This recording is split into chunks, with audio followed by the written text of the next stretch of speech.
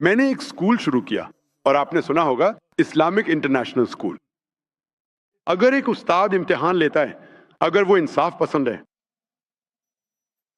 جب وہ امتحان دے رہی ہے تو وہ ریاضی کے پرچے میں لکھتی ہے 2 جمع 2 کتنے ہوتے ہیں. اس کے سامنے جو طالب علم ہے وہ استاد کے سامنے 5 لکھ دیتا ہے. وہ آسانی سے طالب علم کو کہہ سکتی ہے کہ 5 کو 4 میں بدل دو. کیا امتحان کے دوران استاد کے لیے یہ انصاف ہوگا کہ وہ اس طالب علم کو درست کرے جو غلط جواب لکھ رہا ہے؟ ٹھیک ہے، لیکن اگر اس کے پاس یہ آپشن ہو کہ طالب علم کو یہ سب کرنے کی ضرورت ہی نہ ہو اور پھر بھی جا کر سرٹیفکیٹ لے لے تو اسے کرنے کی ضرورت ہے. میں ایک سادہ سا سوال پوچھا, استاد نے سوالیہ پرچہ دے دیا ہے, ٹھیک ہے. تمام طلباء کو اس کی اطلاع دی گئی. اب درست ہے، مخصوص صورتحال یہ ٹھیک ہے.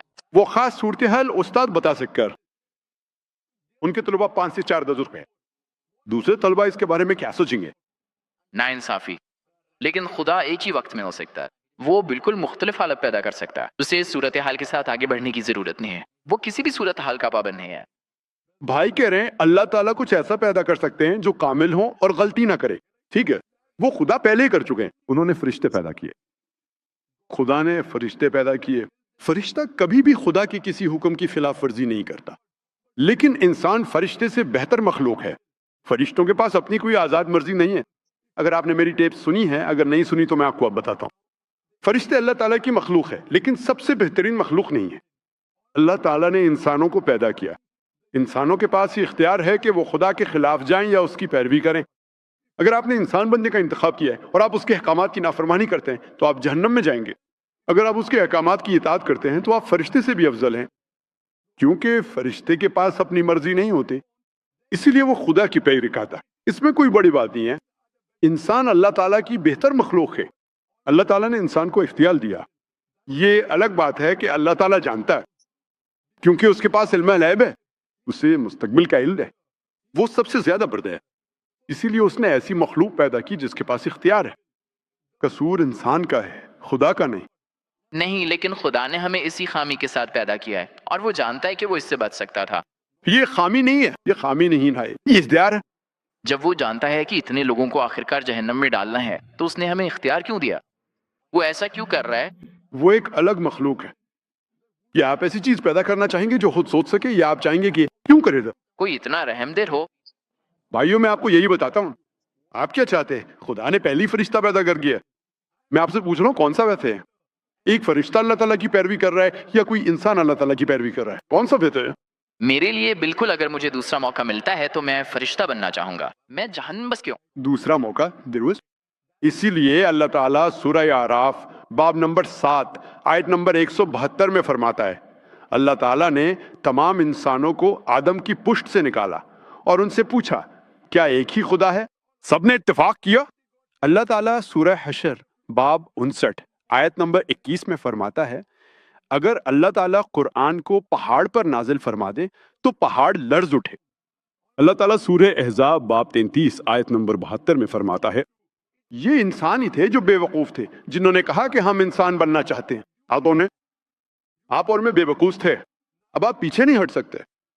ایک بار جب آپ نے کہہ دیا کہ آپ امتحان دینا چاہتے ہیں, ایک بار جب آپ نے امتحانی پرچہ پڑھ لیا. اسی نے مجھ سے نہیں پوچھا, آدم اور حوا سے پوچھا تھا. نہیں بھائی, قرآن کہتا ہے کہ ہر انسان سے پوچھا گیا تھا اور پھر یہ یادداشت مٹا دی جاتی ہے. یہ یادداشت مٹا دی ہے. اگر یادیں امتحان سے بچ جائیں تو اللہ تعالیٰ قرآن میں فرماتا ہے کیا تم انسان بننا چاہتے ہو؟ اگر تم انسان بن جاؤ تو تم فرشتے سے افضل بھی ہو سکتے ہو یا کمتر بھی ہو سکتے ہو. اگر تم انسان نہیں بننا چاہتے تو بس پاس الاؤ. حپا کے بحث کی خاطر بھی اصولت میں برائے کرم مجھے منہ پر کھال کے دے. آپ سوال کریں, اگر آپ درمیان میں بولیں گے تو میں جواب دوں گا. جی آگے بنے. تو اللہ تعالیٰ نے انسانوں سے پوچھا اور قرآن کہتا ہے کہ ہم انسان بے وقوف تھے, میں اور آپ دونوں. وہ بے وقوف تھے جنہوں نے امتحان کا انتخاب کیا. اب جب آپ امتحان میں شامل ہو جائیں, اگر آپ آزاد مرضی کے بعد حکم کی پیروی کریں گے تو آپ فرشتے سے افضل ہو جائیں گے. اگر آپ اللہ کی نافرمانی کریں گے تو آپ فرشتے سے کمتر ہو جائیں گے. ہم چاہتے تھے کہ امتیاز کے ساتھ کامیاب ہو, میں اور آپ. آپ نے کہا مجھے یاد ہے. یقیناً آپ کو یاد نہیں ہوگا اور مجھے بھی یاد نہیں, لیکن میں قرآن پر ایمان رکھتا ہوں. قیامت کے دن اللہ تعالیٰ فرماتا ہے کوئی ایک انسان بھی اللہ کی عدل پر اعتراض نہیں کرے گا. یہ قیامت کے دن پتہ چلے گا. ہم صرف یہی کہیں گے برائے کرم ہمیں ایک اور موقع دے. اللہ تعالیٰ فرمائے گا اب بہت دیر ہو چکی ہے, کیونکہ اگر وہ آپ کو ایک اور موقع دینا چاہے تو مجھے بھی دوبارہ دنیا میں آنا پڑے گا, پھر سب کو دوبارہ آنا پڑے گا. تو جو ناکام ہوئے صرف انہیں نہیں, سب کو واپس آنا ہوگا. جی ہاں, تو قرآن کہتا ہے کہ کوئی بھی اللہ کی عدل پر کبھی اعتراض نہیں کرے گا. وہ اللہ سے درخواست کریں گے کہ ہمیں ایک اور موقع دیا جائے. اللہ تعالیٰ فرمائے گا بہت دیر ہو چکی ہے. اللہ تعالیٰ ہمیں اسی دنیا میں مواقع دیتا ہے. آپ سے غلطی ہو جائے تو اللہ آپ کو توبہ کا موقع دیتا ہے, آپ توبہ کرتے ہیں, اللہ آپ کو معاف کر دیتا ہے. پھر آپ سے غلطی ہوتی ہے, ایک بار آپ مر گئے تو بس ایک ہی موقع ہے. تو جہاں تک پہلے سوال کا تعلق ہے کہ اللہ نے کیوں پیدا کیا, کیونکہ یہ ایک بہتر تخلیق ہے. کوئی بھی منطقی انسان, جن میں آپ بھی شامل ہیں, اس بات سے اتفاق کرے گا کہ وہ انسان جس کے پاس آزاد مرضی ہے اس انسان سے بہتر تخلیق ہے جس کے پاس آزاد مرضی نہیں ہے. صرف آپ کا سوال کہ آپ کو یاد نہیں, بالکل درست ہے. جب آپ مریں گے, جب آپ کو دوبارہ زندہ کیا جائے گا, اس وقت آپ اور میں ملیں گے. پھر آپ کہیں گے مجھے یاد آ گیا, ابھی مجھے بھی یاد نہیں ہے, لیکن میرا قرآن پر ایمان ہے. وہ قرآن غلط نہیں ہو سکتا, کیونکہ سائنسی طور پر اگر آپ نے میرا لیکچر سنا ہو تو قرآن کا 80% حصہ 100% سائنس سے میل کھاتا ہے. 20% حصہ مبہم ہے, نہ صحیح ہے نہ غلط. تو میری منطق کہتی ہے کہ جب 80% حصہ 100% درست ہے اور 20% میں سے 0.1% بھی غلط نہیں ہے, تو میری منطق کہتی ہے کہ یہ 20% بھی درست ہی ہوگا. میں ایک سائنسی سوچ رکھنے والا انسان ہوں, میں منطقی انسان ہوں, اس لیے میں قرآن کے اس بیان پر ایمان رکھتا ہوں کہ ہم نے خود چنا تھا. اگر آپ نے نہ چنا ہوتا تو آپ اللہ سے سوال کر سکتے ہیں, آپ پوچھ سکتے تھے کہ آپ نے مجھے انسان کیوں بنایا. تو اللہ پر الزام آتا, لیکن اللہ قرآن میں فرماتا ہے کہ اس نے پوچھا, پہاڑ ڈر گئے تھے, ہر دوسری چیز بھی ڈرنی تھی, ہم انسانوں نے اس کو قبول کیا. لیکن آپ کو یاد ہے کہ آپ سے پوچھا گیا تھا؟ مجھے یاد نہیں کہ یہ سوال کیا گیا تھا. وہ سوال بھائی اگر آپ نے میرا جواب سنا ہو تو مجھے بھی یاد نہیں, لیکن اگر آپ کو یاد ہوتا تو پھر امتحان کہاں رہتا. ذرا تصور کریں کہ ایک استاد آپ کو کچھ پڑھاتا ہے, استاد آپ کو کتاب دیتا ہے, ٹیچر کو امتحان کے لیے کتاب چھیننی پڑتی ہے. استاد کہے کہ ٹھیک ہے کتاب لے کر جواب دو, امتحان کہاں ہے. ٹھیک ہے, لیکن کیا امتحان ختم ہونے کے بعد آپ گھر جا کر چیک کر سکتے ہیں یا نہیں؟ لیکن امتحان شروع ہونے سے پہلے ہی خدا نخواستہ اپنے آپ میں جانتا ہے. بھائی میری بات سنو, امتحان ختم ہونے کے بعد کیا آپ گھر جا کر درسی کتاب میں چیک کر سکتے ہیں یا نہیں؟ بالکل. لیکن امتحان کے دوران کیا آپ چیک کر سکتا؟ نہیں. تو امتحان چل رہے بھائی, ایک بار ختم ہونے کے بعد آپ چیک کر سکتے ہیں. اگر آپ استاد کو بتائیں میں درسی کتاب لکھنا چاہتا ہوں, مجھے یاد ہے, میں امتحان کے دوران آپ نصابی کتاب کا حوالہ نہیں دے سکتے, اسے دھوکہ دہی کہا جائے گا, درست؟ تو ایک بار امتحان ختم ہو گیا, یاد نہ آئے تو خدا سے کہو, یہ کیا غیر منطقی ہے. لیکن قرآن کہتا ہے کہ کوئی بھی انسان انصاف پر اعتراض نہیں کرے گا, امتحان ختم ہونے دو. تو آج میں ایک سائنسی سوچ رکھنے والا انسان ہوں, میں ایک منطقی انسان ہوں. اپنے سائنسی علم اور منطق کی بنیاد پر جب میں دوسری مذہبی کتابیں پڑھتا ہوں اور جب میں قرآن پڑھتا ہوں تو مجھے لگتا ہے کہ قرآن ہی وہ واحد کتاب ہے, واحد مذہبی کتاب جو اس امتحان پر پوری اترتی ہے, زمین پر موجود ہے. تو اس لیے میں ایک سائنسی اور منطقی انسان ہونے کے ناطے مانتا ہوں ٹھیک ہے یہ قرآن کا بیان بھی درست ہونا چاہیے. مجھے یاد نہیں, یہی تو امتحان ہے, اگر مجھے یاد ہوتا تو امتحان کہاں رہتا. تو اس سے سوال کی پہلے حصے کا جواب مل گیا. پہلا حصہ کہ یہ کہنا کہ خدا ظالم ہے, خدا ظالم نہیں ہے. مثال کے طور پر میں نے میڈیکل کالج شروع کیا, میں چاہتا ہوں کہ اسکول کے طلبہ میری طرح نہیں جائے. کتنے اسکول کے طلبہ میڈیکل کالج میں داخل ہوتے ہیں؟ تقریباً اندازہ لگا سکتے؟ بہت کم, یقیناً 5% سپیتن, شاید 1% سے بھی کم. تو آپ نے ایسا کالج کیوں بنایا جہاں صرف ایک ہی شخص داخل ہو سکے؟ ٹھیک ہے, یہ خاص لوگوں پہ یہ ہے. اسی طرح خدا نے جنت الفردوس بنائی, ہر کوئی جنت الفردوس میں نہیں جا سکتا. کیوں نہیں؟ معاف کیجیے, کیوں نہیں؟ ہر کوئی میڈیکل کالج میں کیوں نہیں جا سکتا؟ کیونکہ یہ انسان کی صلاحیت ہے. اگر انسان اس قابل ہوتے کہ میڈیکل کالج میں داخل کرتے تو کر دیتے. ہم اسی طرح بنائے گئے, جس طرح ہر کوئی ڈاکٹر نہیں بن سکتا, صرف وہی لوگ جو صلاحیت رکھتے ہیں, اسی طرح ہر کوئی جنت الفردوس یعنی جنت کے اعلیٰ درجات میں نہیں جا سکتا. ہمیں کوشش کرنی پڑتی ہے.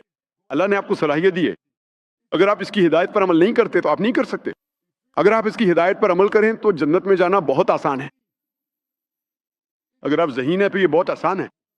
اگر آپ ذہین ہیں اور اپنے ساتھ سچائی سے پیش آتے ہیں، لیکن اگر آپ اپنے ساتھ سچے نہیں ہیں تو ایک غیر ذہین آدمی بھی جنت میں جا سکتا ہے. صرف ایک چیز ہے کہ آپ کو سچا ہونا چاہیے. اللہ نے آپ کو اس کی پیروی کرنے کے مختلف طریقے دیے ہیں. کچھ لوگ سمجھتے ہیں کہ وہ بہت ہوشیار ہے. میں انہیں کہتا ہوں کہ وہ تو حد سے زیادہ ہوشیار ہے. اگر وہ واقعی ہوشیار ہوتے تو وہ نہیں ٹھیک ہے. یہ بالکل واضح، صاف اور شفاف کہ یہ اللہ کا کلام ہے اور آپ کو اس کی پیروی کرنی ہے. اسی وجہ سے فرانسس بیکن نے کہا تھا، سائنس کا تھوڑا سا علم آپ کو ملحد بنا دیتا ہے، لیکن سائنس کا گہرا علم آپ کو اللہ پر ایمان لانے والا بنا دیتا ہے. تو میں یہ نہیں کہوں گا کہ اللہ ظالم ہے. میں نے کہا ہم ہی بے وقوف تھے جنہوں نے یہ امتحان دینے کا انتخاب کیا، اللہ نہیں. اللہ نے آپ کو ایک اختیار دیا تھا. آپ کیا بننا چاہتے؟ ہم نے خود چنا ہے تو ہم ذمہ دار ہیں، اللہ نہیں. اللہ ظالم نہیں ہے، ہم ہی بے وقوف ہے. یہی قرآن کہتا ہے. قیامت کے دن آپ کو پتہ چل جائے گا انشاءاللہ، آپ کو بھی اور مجھے بھی.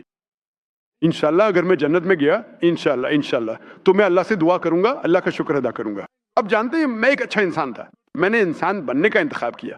اگر تم اس میں پاس ہو گئے، اگر تم فیل ہو گئے تو ہم اپنی ذات پر لعنت بھیجیں گے. امید ہے کہ اس سوال کا جواب ملے گا. دوسرا حصہ معذرت، دوسرا حصہ کیا کہا؟ کہ اگر میں مانتا بھی ہوں کہ وہ کتنا قادر مطلق ہے، کتنا علم والا ہے، وہ ہمیں قائل کرنے پر کیوں تلا ہوا ہے؟ پہاڑوں کو دیکھو، الیکٹرانوں کو دیکھو، پروٹون کو دیکھو. سوال کا دوسرا حصہ یہ تھا کہ اللہ تعالیٰ پہاڑوں کی مثال کیوں دیتے ہیں کہ یہ اس نے پیدا کیے ہیں. اس کے لیے تو یہ سب کچھ معمولی سی بات ہے، تو پھر وہ کیوں بات کرے؟ آپ جانتے ہیں کیوں وہ کیا کہہ رہے ہیں؟ وہ یہ معمولی سی چیزیں، پہاڑ وغیرہ، ان کی مثال دے رہے ہیں کہ یہ بھی کہاں اٹھتے ہیں. تم انسان جو افضل ہو، تم کیوں نہیں سمجھتے؟ قرآن مجید سورہ حشر سورہ نمبر 59 آیت نمبر 21 میں فرماتا ہے کہ اگر یہ قرآن کسی پہاڑ پر نازل ہوتا تو وہ پہاڑ ریزہ ریزہ ہو جاتا، بالکل تباہ ہو جاتا. لیکن ہمارے لیے، انسانوں کے لیے اس سے کوئی فرق نہیں پڑتا. وہ یہ مثالیں اس لیے دے رہے ہیں کہ یہ چیزیں جو اتنی طاقتور ہیں جیسے پہاڑ وغیرہ جنہیں اس نے پیدا کیا ہے، وہ بھی اپنی مرضی اس کے آگے جھکا دیتے ہیں. تو تم انسان ایسا کیوں نہیں کرتے؟ وہ یہ مثال دینے کی کوشش کر رہے ہیں کہ ہم بے وقوف ہیں. وہ اپنی تعریف نہیں کر رہے. اور جب بھی وہ ہم سے اپنی تعریف کرنے کو کہتے ہیں، یا جب ہم کہتے ہیں اللہ اکبر یعنی اللہ سب سے بڑا ہے، کیا تم سمجھتے ہو کہ اس سے اللہ میں کوئی تبدیلی آ جائے گی؟ نہیں. چاہے تم 1000 بار اللہ اکبر کہو یا 1,00,000 بار، وہ اس سے بڑا نہیں ہو سکتا. وہ پہلے ہی سب سے بڑا ہے. ہم یہ باتیں اس لیے کہتے ہیں کیونکہ یہ ہماری انسانی ذہنیت ہے، ہماری فطرت ہے کہ ہم ان لوگوں کی پیروی کرتے ہیں جو مشہور ہیں. ہم ان لوگوں کی پیروی کرتے ہیں جن کی ہم تعریف کرتے ہیں. مثال کے طور پر آپ کی والدہ کو دل کا دورہ پڑ لگا. سڑک پر ایک انجان شخص ہے جو آپ کو علاج دیتا ہے، اور آپ نے سنا ہے کہ دنیا کے سب سے بہترین ہارٹ اسپیشلسٹ ڈاکٹر ایکس ہے. اب کیا آپ ڈاکٹر ایکس کے مشورے پر عمل کریں گے یا اس سڑک پر موجود شخص کی بات مانیں گے جسے آپ جانتے ہی نہیں؟ ڈاکٹر آنکس. کیونکہ ڈاکٹر ایکس مشہور ہے، لوگ انہیں جانتے ہیں، وہ دنیا کے سب سے بہترین ہے. تو اسی لیے ہماری نماز میں، ہماری زندگی میں ہم کہتے ہیں کہ اللہ سب سے بڑا ہے، اللہ سب سے زیادہ حکمت والا ہے، اللہ سب سے زیادہ عقل مند ہے. کیوں؟ اگر ہم یہ کہیں تو اس سے اللہ کو کوئی فائدہ نہیں ہوتا. اس سے میں فائدہ ہوتا کہ اگر ہم اس کی تعریف کریں گے تو ہم اس کی پیروی کریں گے. اگر ہم پیروی کریں گے تو جنت میں جائیں گے. اللہ کے لیے اس میں کوئی فرق نہیں پڑتا. اسی لیے اللہ فرماتا ہے کیا تم ایمان نہیں لاؤ گے؟ کیا تم سمجھو گے نہیں؟ اس کا مطلب ہے کہ قرآن لوگوں پر سمجھنے کے لیے نازل ہوا، تو وہ یہ مثال اس لیے نہیں دے رہا کہ خود کو بڑا ثابت کرے. وہ ہمیشہ سب سے بڑا ہے. چاہے آپ 1,00,000 بار کہیں کہ اللہ سب سے بڑا ہے، اس سے اللہ کو کوئی فرق نہیں پڑے گا. وہ یہ بات آپ کو بتا رہا ہے. اللہ قرآن میں فرماتا ہے اللہ کو تمہاری ضرورت نہیں، تمہیں اس کی ضرورت ہے. تو جب ہم اس کی تعریف کرتے ہیں تو یہ انسانی نفسیات ہے کہ جس شخص کی آپ تعریف کرتے ہیں، جس کے بارے میں آپ بڑی باتیں کرتے ہیں، آپ اس کے مشورے پر عمل کرنے کی طرف مائل ہو جاتے ہیں. اس کے مشورے پر عمل کرنے سے فائدہ آپ کو ہوگا، اسے نہیں. وہ تو پہلے ہی سخت رہا ہے، وہ تو پہلے ہی سب سے زیادہ رحم کلواد ہے. تو یہ سب اصول و ضوابط مقرر کیے گئے. وہ ہمارا خالق ہے، وہ ہماری ذہنیت کو چاہتا ہے. آپ سائنس کے طالب علم ہیں، ٹھیک ہے، میں بھی سائنس کا طالب علم ہوں. جیسے مجھے پتہ چلتا ہے کہ اللہ تعالیٰ نے وہ سائنسی حقائق بیان کیے ہیں جنہیں ہم نے آج جانا ہے 50 سال پہلے، تو اس سے میرا ایمان اللہ پر اور بڑھ جاتا ہے. اللہ تعالیٰ سورہ فصلت سورہ نمبر 41 آیت 53 میں فرماتا ہے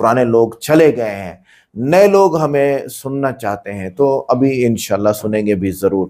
اچھا آگے آتے ہیں ہم۔ یہ جو سوالات تھے کہ اگر اللہ کو پہلے سے معلوم تھا کہ انسان فساد کرے گا اور جہنم میں جائے گا تو انسان کو پیدا کرنا کیا ظلم نہیں؟ تو اس کے جوابات دیکھتے ہیں۔ اللہ تعالیٰ کا کسی چیز کو پہلے سے جان لینا انسان کو اس پر مجبور نہیں کرتا۔ اللہ کا علم کامل ہے، مگر انسان کا عمل اس کے اپنے اختیار سے ہوتا ہے۔ اگر علم ہی جبر ہوتا تو امتحان کا کوئی مطلب ہی نہ ہوتا۔ بات ہم پیچھے کئی بار یہ دہرا چکے ہیں۔ اچھا آگے، اللہ نے انسان کو فرشتوں کی طرح مجبور نہیں بنایا بلکہ آزاد ارادہ دیا ہے۔ نیکی یا برائی کا راستہ انسان خود چنتا ہے، اسی اختیار کی بنیاد پر جزا اور سزا کا نظام قائم ہے، یہ بھی ذہن میں رکھیے گا۔ اچھا آگے جواب نمبر 3 ہے، اللہ نے انسان کو عقل، ضمیر، ہدایت اور نبی دیے، یہ سب سہولتیں دے کر پھر جواب طلبی کرنا ظلم نہیں بلکہ عدل ہے۔ بغیر ہدایت کے سزا ہوتی تو وہ ظلم ہوتا۔ جواب نمبر 4، جہنم اللہ کی طرف سے زبردستی نہیں بلکہ انسان کے اعمال کا نتیجہ ہے۔ قرآن واضح کہتا ہے کہ انسان خود اپنے لیے انجام تیار کرتا ہے، اللہ کسی پر ناحق ظلم نہیں کرتا ہے۔ اور جیسے استاد کو معلوم ہو کہ فلاں طالب علم فیل ہوگا مگر پھر بھی امتحان لیتا ہے تاکہ انصاف قائم رہے، علم کا ہونا ظلم نہیں، فیصلہ بغیر موقع دیے ہو تو ظلم ہوتا ہے۔ جواب نمبر 6، اللہ نے جنت کو اصل منزل بنایا ہے، جہنم کو نہیں۔ جہنم صرف ان لوگوں کے لیے ہے جو بار بار حق کو ٹھکراتے ہیں، یہ عدل اور انتقام کے لیے ہے۔ دوسرا جو سوال تھا، مختصر کرتا ہوں میں، وہ یہ تھا کہ اللہ نے ہمیں کیوں کہتا ہے کہ پروٹون، سورج، سولر سسٹم، میری بڑائی کو دیکھو اور اس کو مانو۔ اللہ اندھا عقیدہ نہیں چاہتا بلکہ شعوری ایمان چاہتا ہے، سمجھ کر ماننا مضبوط ایمان کی علامت ہے۔ اس لیے قرآن غور و فکر کی دعوت دیتا ہے، فَاعْتَبِرُوا يَا أُولِي الْأَبْصَارِ، عقل والو اپنے اندر جھانک کے دیکھو کتنا بڑا نظام ہے۔ کھاتے ہو مٹی سے نکلی ہوئی روٹی اور بنتا ہے وہ خون اور پتہ نہیں کیا کیا بنتا ہے۔ سائنس اور دین ایک دوسرے کے مخالف نہیں، سائنس اللہ کی تخلیق کو سمجھنے کا ذریعہ ہے اور اس لیے قرآن غور و فکر کی دعوت دیتا ہے۔ تخلیق کو سمجھو گے تو خالق خود واضح ہو جائے گا۔ قرآن بار بار سوال کرتا ہے، کیا تم غور نہیں کرتے؟ یہ عقل کو جگانے کی دعوت ہے، دبانے کی نہیں ہے۔ پروٹون ایٹم الیکٹران کا نظام بناتا ہے کہ یہ سب اتفاق سے نہیں ہو سکتا، نظم ناظم کی گواہی ہوتا ہے۔